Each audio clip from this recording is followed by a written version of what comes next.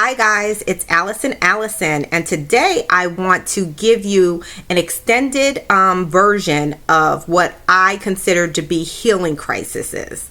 I think it's important to understand because sometimes people think that they're dying and it's not necessarily so. It's just that your body is trying to get rid of some things that are causing issues in your body. When I think of healing crises, what I think of is a can of worms. Now, I just want you to visualize this with me. If you have a can and it's full of worms and you have it in your cabinet, it might be there for years and years and years. And then you take this can out, crack it open. What's going to happen? The worms have to come out. And this is exactly what happens when you take diatomaceous earth and you begin to purge your body, and your body becomes capable of getting rid of some of the things that it had been suppressing for a long time. One of the important functions that our body has is really suppressing sicknesses. Just because you don't experience a sickness does not mean that you haven't been exposed to it and your body hasn't held antibodies for it, or that it has just suppressed it inside your body so as to not make you sick. The body is a wonderful thing. So when you experience a healing crisis, you begin to release some of these things. It's just what happens. The worms have got to come out of the can. Okay.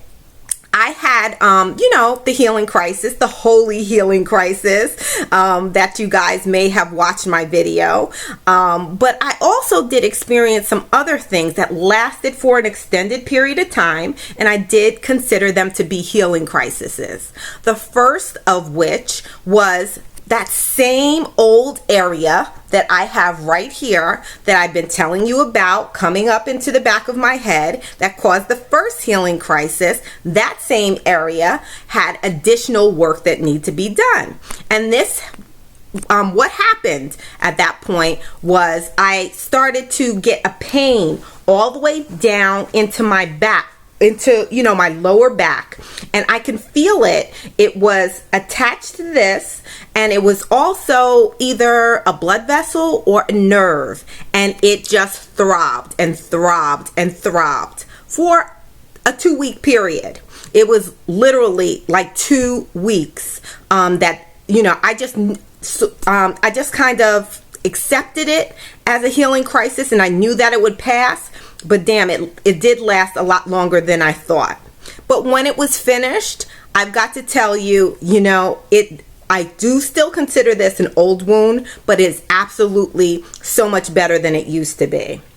The second is something that I experienced that I was reminded by a viewer just yesterday who experienced exactly the same thing. This was in October of this year.